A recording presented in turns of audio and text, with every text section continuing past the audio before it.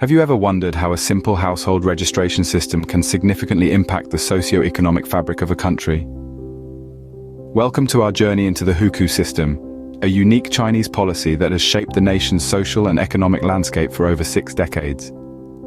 Emerging from a history of population registration that stretches back to ancient times, the modern Hukou system was born in the late 50s, following the birth of the People's Republic of China. It served as a tool to control population movement, especially from rural to urban areas, in an era of rapid industrialization. This policy divided households into 2 categories: agricultural or rural, and non-agricultural or urban. It was a calculated approach to manage the pace of urbanization, ensure a rational distribution of labor between agriculture and industry, and maintain social order. Thus, the Hukou system was born, shaping the life trajectories of millions.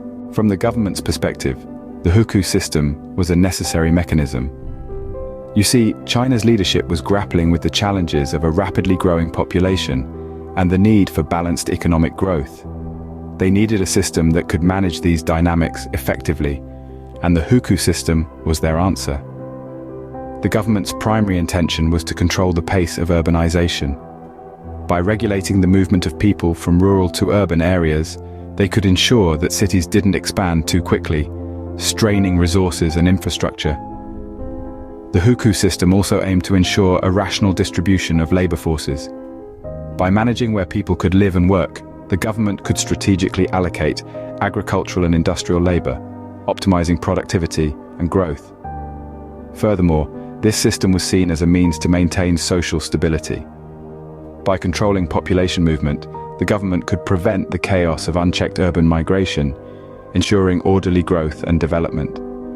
The Hukou system, therefore, emerged as a tool of strategic population management.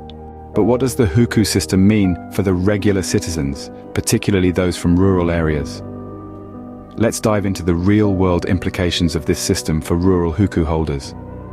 On the surface, the Hukou system is merely a form of population registration, but the reality is far more complex and challenging. The system has a profound impact on the life and prospects of those from rural areas. Rural Hukou holders face significant restrictions on their mobility. They are often bound to their rural homes and have limited ability to migrate to urban areas. This restriction on mobility leads to a lack of access to the opportunities and resources that cities offer.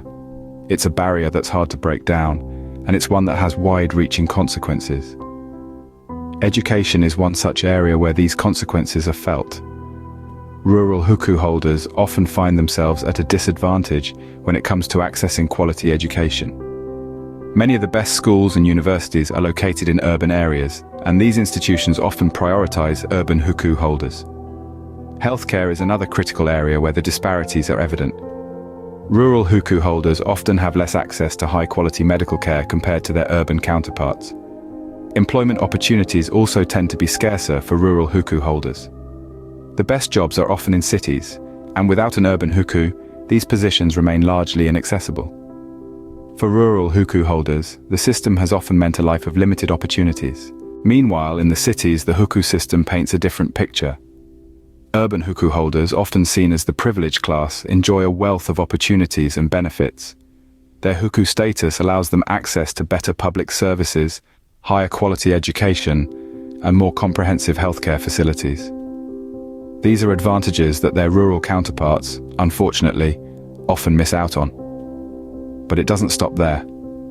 Urban Hukou holders also benefit from more robust employment opportunities. With the city as their playground, they have a wider array of industries and professions to choose from, helping them carve out a more prosperous and fulfilling life. Moreover, social welfare benefits are more readily available to those with an urban Hukou. This includes a more comprehensive social security system and better housing opportunities. This, coupled with the enhanced education and healthcare services, offers urban Hukou holders a significantly higher standard of living. Yet this disparity between rural and urban Hukou holders has led to a socio-economic divide that is hard to ignore. While the urban population flourishes, rural residents often struggle to access the same level of opportunities, creating a stark contrast in the quality of life between these two groups. Thus, the Hukou system, while beneficial for some, has perpetuated a socio-economic divide in China. It's a divide that continues to challenge the country's pursuit of balanced and equitable development. To sum up, the Hukou system is a complex tapestry of socio-economic implications. We've journeyed from its roots in the late 1950s, following the establishment of the People's Republic of China, to its current-day application. We've seen how the system was designed with the intent to control urbanization, ensure the rational distribution of labor, and maintain social stability. We've also explored the diverse impacts on China's population, with rural inhabitants often finding themselves at a disadvantage due to limited access to urban opportunities. Conversely, urban Hukou holders enjoy better public services and social welfare, painting a stark contrast between the two groups. Despite its challenges, the Hukou system plays a vital role in managing population movement and distribution. As we have seen, the Hukou system, while serving its purpose, has created significant disparities in the lives of China's rural and urban populations.